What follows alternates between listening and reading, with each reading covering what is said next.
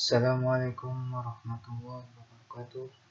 Perkenalkan, nama saya Ibnu Rahman dari Prodi Sistem Informasi semester 8. Di sini saya akan menjelaskan tentang judul karya ilmiah saya dengan judul Hukum Jual Beli di Internet dalam Islam dengan dosen pengampu Bapak Manib Ridwan SPD MH.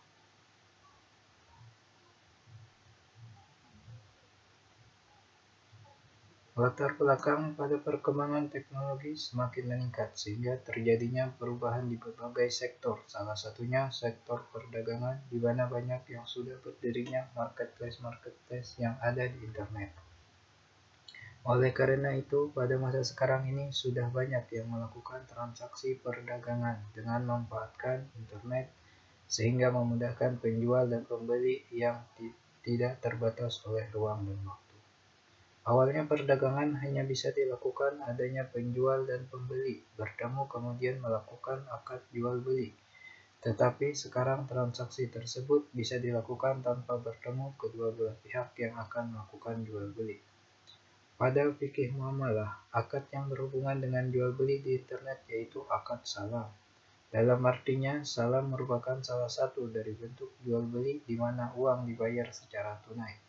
Kemudian barang yang sudah dibeli belum diterima, yang ada hanya sifat-sifat, jenis serta ukuran barang sudah disebutkan pada saat perjanjian dibuat.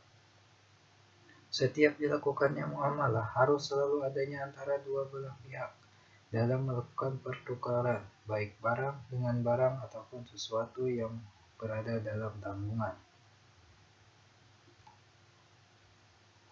Kemudian rumusan masalahnya, banyak sekali di zaman ini sudah dibuatnya aplikasi-aplikasi marketplace di internet yang dimana kita hanya membutuhkan koneksi internet untuk melihat dan berbelanja barang. Dalam kemudahan itu, banyak dari kita mungkin tidak tahu bagaimana hukumnya jual beli di internet dalam Islam.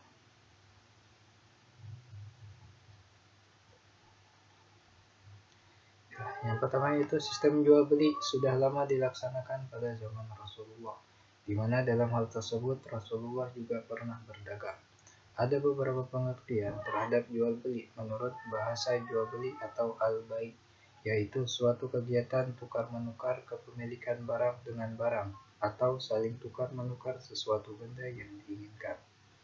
Dalam hal berjualan atau berbisnis di internet tidak terlepas dari sebuah transaksi di mana adanya suatu aktivitas pemasaran, penjualan, pembelian, ataupun sebuah pelayanan produk atau jasa yang akan ditawarkan melalui sebuah jaringan komputer yang terhubung satu dengan yang lainnya, di mana komputer tersebut terhubung melalui internet.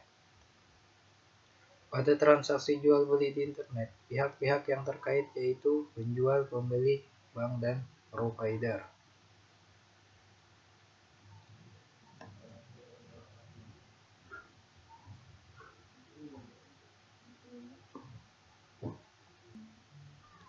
Kemudian yaitu adanya dasar hukum jual beli.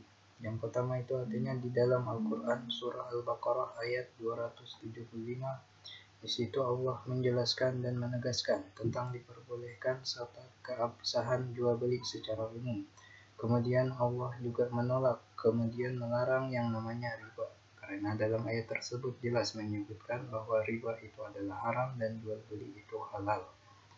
Kemudian selain dari Al-Quran juga ada dari hadis yang diriwayatkan oleh Baihaqi dan Ibnu Majah. Rasulullah SAW bersabda, jual beli harus dipastikan saling ridho. Hadis riwayat Baihaqi dan Ibnu Majah. Dalam hadis tersebut menjelaskan persyaratan bahwa dalam akad jual beli harus dilaksanakan dengan kerelaan dari setiap pihak yang sedang melakukan transaksi. Selain dari dasar kedua hukum tersebut, ada juga dari ijma, yaitu dari ulama yang telah memutuskan bahwa jual beli diizinkan karena setiap manusia tidak akan bisa mencukupi kebutuhan hidupnya jika tidak ada bantuan dari orang lain. Tetapi bantuan ataupun barang yang dimiliki orang lain yang dibutuhkan dirinya harus dapat diganti dengan barang yang lain sesuai kesepakatan.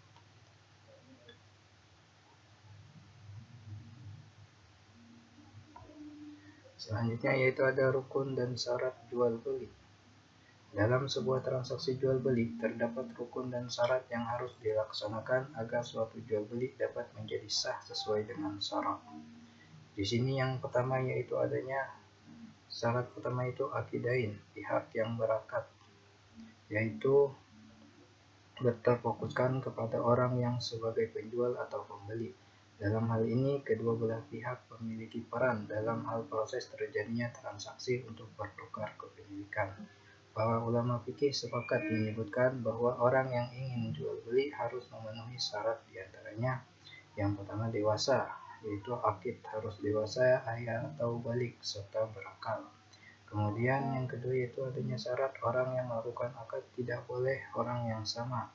Ketika melakukan transaksi jual beli, akad harus dilakukan oleh orang yang berbeda. Kemudian yang ketiga yaitu adanya kerelaan tanpa paksaan. Pada transaksi jual beli, setiap orang harus saling mengalah, artinya tidak ada unsur paksaan dalam jual beli. Tetapi jika dilakukan oleh orang yang berhak memaksa, misalnya hakim atau gubernur, dinyatakan boleh. Kemudian syarat yang kedua yaitu ada maqud alaih, yaitu barang yang diakadkan, merupakan suatu harta atau barang yang akan dipindah tangankan dari kedua orang yang berakad. Dalam hal ini, suatu barang harus memenuhi syarat jual beli seperti barang harus bersifat suci, dapat dimanfaatkan setelah pihak melakukan akad, dapat memiliki hak atas barang yang sudah diakadkan. Kemudian barang yang diperjualbelikan dapat diberikan, kemudian barang tersebut telah diketahui oleh kedua pihak yang berakad seperti bentuk, sifat, dan jumlahnya. As-Subuki berpendapat bahwa dalam kalimat syarat tersebut, utamanya dua syarat yaitu dimiliki dan bermanfaat dikarenakan kemampuan untuk dapat memberikan, mengetahui maupun hak milik yang sedang hakikatnya kepada pihak yang berakad. Maksud dari syarat-syarat itu ialah yang pertama yaitu barang yang diperjualbelikan barang yang suci. Dalam artian ada dua bagian yang termasuk barang yang suci, yaitu yang pertama yang bermanfaat dan suci tidak bermanfaat.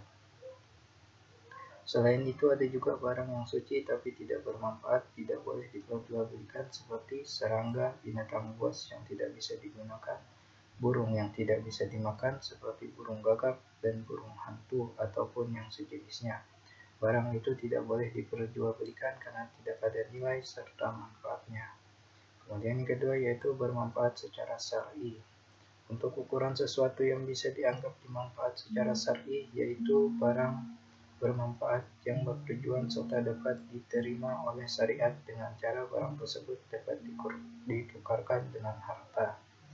Dan yang ketiga yaitu adanya barang yang diperjualbelikan dapat diserahkan. Sebuah dalil yang diriwayatkan bahwa Hakim bin Hizam berkata, "Jangan kamu menjual harta yang belum kamu pegang." Maksud dari kata tersebut bahwa barang tersebut belum sepenuhnya menjadi hak milik penjual karena belum stabil.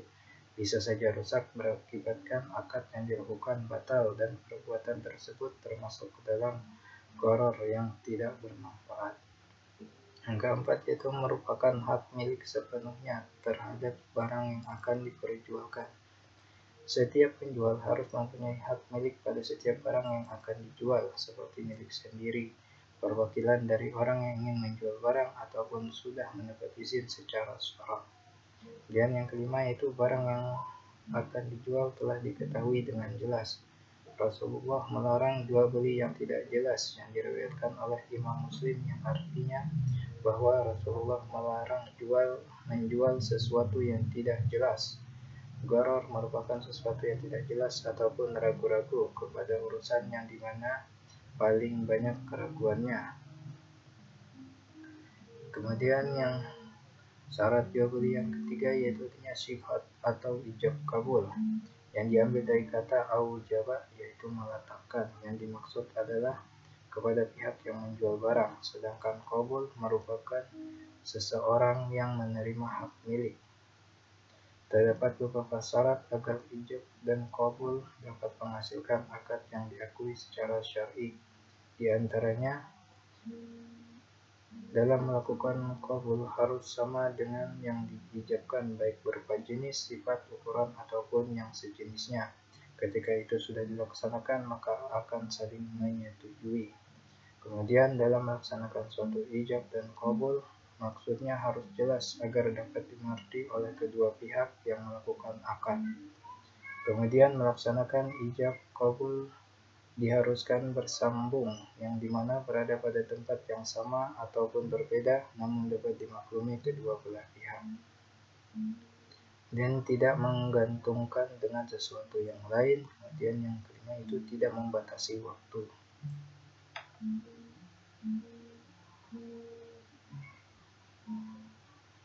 Kemudian adanya macam-macam jual beli.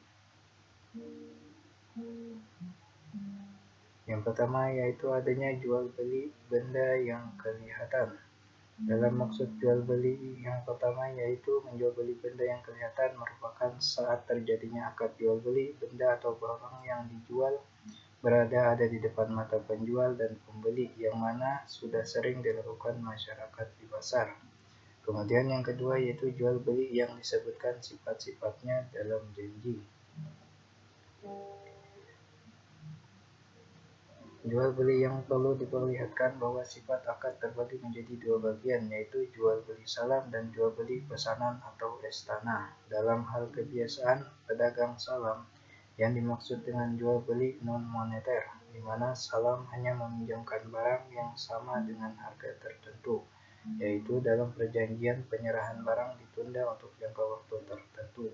Dalam jangka waktu tertentu ditukar dengan harga yang disepakati pada saat akad. Sedangkan jual beli istisna merupakan transaksi yang dilakukan dengan memesan barang kepada orang yang membuat barang untuk dikerjakan. Sini dalam pasal 20 ayat 10 kompilasi hukum ekonomi syariah, yang dimaksud dengan istisna yaitu jual beli barang maupun jasa dalam bentuk pemesanan dengan kriteria dalam persyaratan tertentu yang sudah disepakati oleh kedua belah pihak, baik pemesan maupun penjual. Yang kemudian yang terakhir yaitu jual beli yang benda yang tidak ada, yaitu jual beli yang merupakan jual beli dilarang oleh agama Islam karena benda yang dijual tidak pasti, sehingga diprediksi barang tersebut bisa saja hasil curian ataupun suatu penipuan yang dapat mengakibatkan salah satu pihak diragukan. Dijelaskan oleh Muhammad Syafi'i Khatib bahwa penjual bawang putih ataupun kentang yang masih berada di dalam tanah itu batal karena termasuk perbuatan gharar. Dari Anas bin Malik yang artinya Rasulullah melarang jual beli anggur sampai menghitam dan beliau melarang jual beli biji-bijian sampai benar-benar berisi. Hadis riwayat Ahmad nomor 13.613.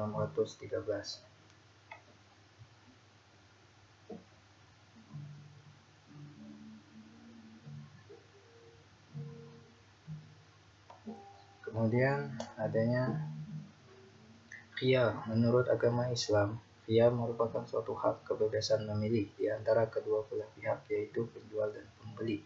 Kebebasan dalam akad, apakah ingin meneruskan atau tidak dalam jual beli ataupun ingin membatalkan. Pembagian khiyar menjadi 3 macam dilihat dari sebabnya.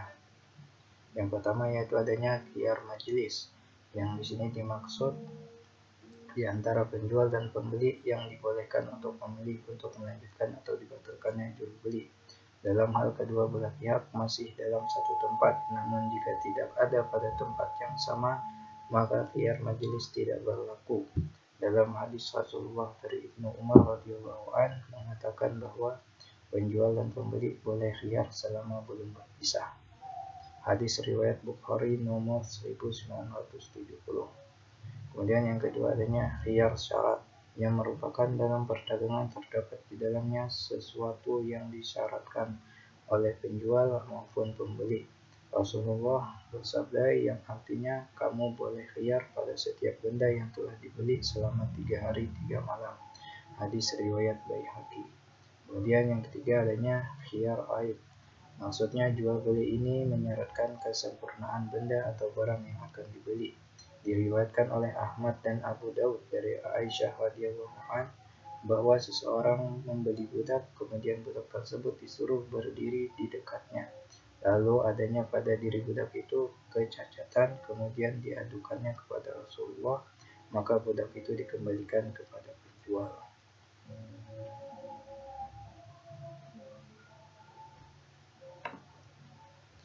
Baiklah, kesimpulan dari karya yang ilmiah yang saya tulis yaitu berdagang melalui internet dapat memberi kemudahan dan berguna bagi masyarakat. Namun jika kelebihan tersebut tidak dibarengi dengan etika budaya dan hukum yang ketat, mereka akan dengan mudah terjerumus ke dalam tipu muslihat, curang, dan menzalimi satu sama lain.